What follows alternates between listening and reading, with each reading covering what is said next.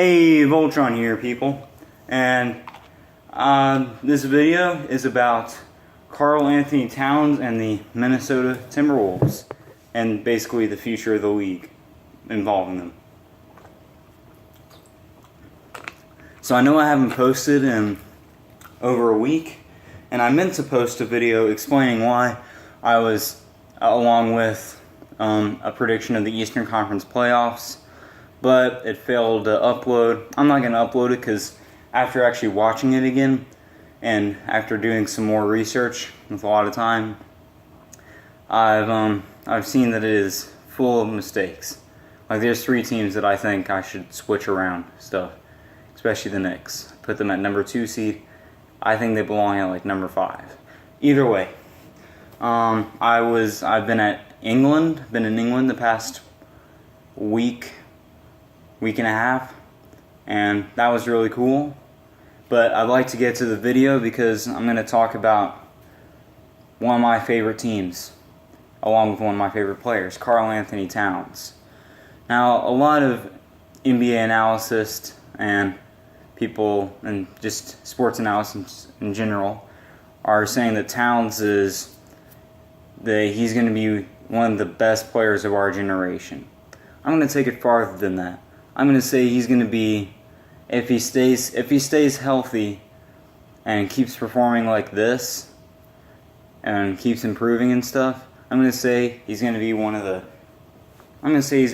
top 25 players of all time. All right, just a moment. I got to get some. All right. So, why I say this is because if you know a bit about Karl Anthony Towns, then you might know that he was tutored a bit by Kevin Garnett, one of the best power forwards in the history of the NBA, who I don't know if he's still playing on the Timberwolves, but he really pushed Karl Anthony Towns to a lot of weightlifting stuff and just taught him a lot of stuff in general. And obviously his rookie stats are around 18 points per game, 10 rebounds per game, and 2 assists per game. Those are very good stats for any player, much less a rookie. This makes him obviously a favorite to be an MVP within the next, probably, honestly, I would say within the next 10 years he'll win 2 or 3 MVPs. That's what I'm saying. I think, though, if he improves with this, and alongside Andrew Wiggins, who is also a rising small forward. By the way, when Andrew Wiggins was drafted last year by the Cavaliers, I was thinking Kyrie and him will actually be will be a decent matchup. And then LeBron came back and they traded him for like Kevin Love to Timberwolves. And so I was thinking, okay, Andrew Wiggins is going to be Timberwolves. I was thinking, Timberwolves will be a nice playoff addition, in a couple of years. Andrew Wiggins, Ricky Rubio, people like that. Heck, and then, yeah, sure, why not Zach LaVine at shooting guard?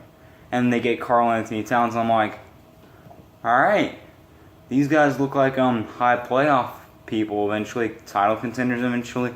And then they got Chris Dunn this year, and I was like, they're going to be contenders every year, like year in and year out. Every year in. Year in and year out in about 5 years. And that will be thanks to Karl Anthony Towns, who is looking like the next generation of centers. He is the first example of that. A center that can play defense, not just shoot good mid-rangers, but also incorporate the three-point shot, which has become an essential part in this league. That if you want to be a very good center, you have to incorporate shooting now. Versus when you have like Shaquille O'Neal, where all you do is dunk, or heck, even, honestly, I would say even, I don't know, some of the better centers of all time, even a lot of the better power forwards of all time have just been, they could get inside easily because of muscle and stuff like that, especially Shaquille O'Neal, who is super overrated in my opinion. I'll probably do a top whatever players of current like currently top 5 players, top 5 or 10 players in each position currently, and I'll do probably top 10 players top 5 in each position of all time. But I think Karl Anthony Towns could maybe even, if he keeps working at it, be a top 5 center of all time. I don't think that he'll be one of the greatest players of our generation. I think he'll be the greatest player of this generation.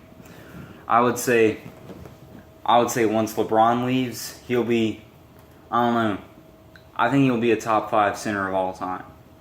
Especially with his shooting ability, his defense. He'll be an offensive powerhouse, but also he has very nice defense. I mean, how many rookies average a double-double? And besides, do you know who the last person to average a double-double in their rookie season was? Kevin Garnett. So I'd like to go back to me talking about Chris Dunn. Chris Dunn is a very solid point guard, and I don't think they should start him at the beginning of the season. I think they should start Ricky Rubio, have him at point guard, have Zach LaVine at shooting guard, Andrew Wiggins at small forward. Still not exactly sure how they're doing like in the post.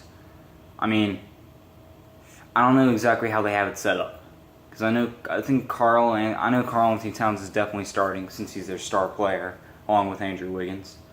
But yeah, I don't know. But I think maybe after the All-Star break, depending on how Chris Dunn is doing, start him instead of Rubio. Because whenever the whole title contender or whatever, whenever that series, that stage pops up, Chris Dunn will also be coming into his prime, whereas Ricky Rubio, I believe, will be leaving his prime. And I don't know, that's just my opinion on it. And yeah. So, bro.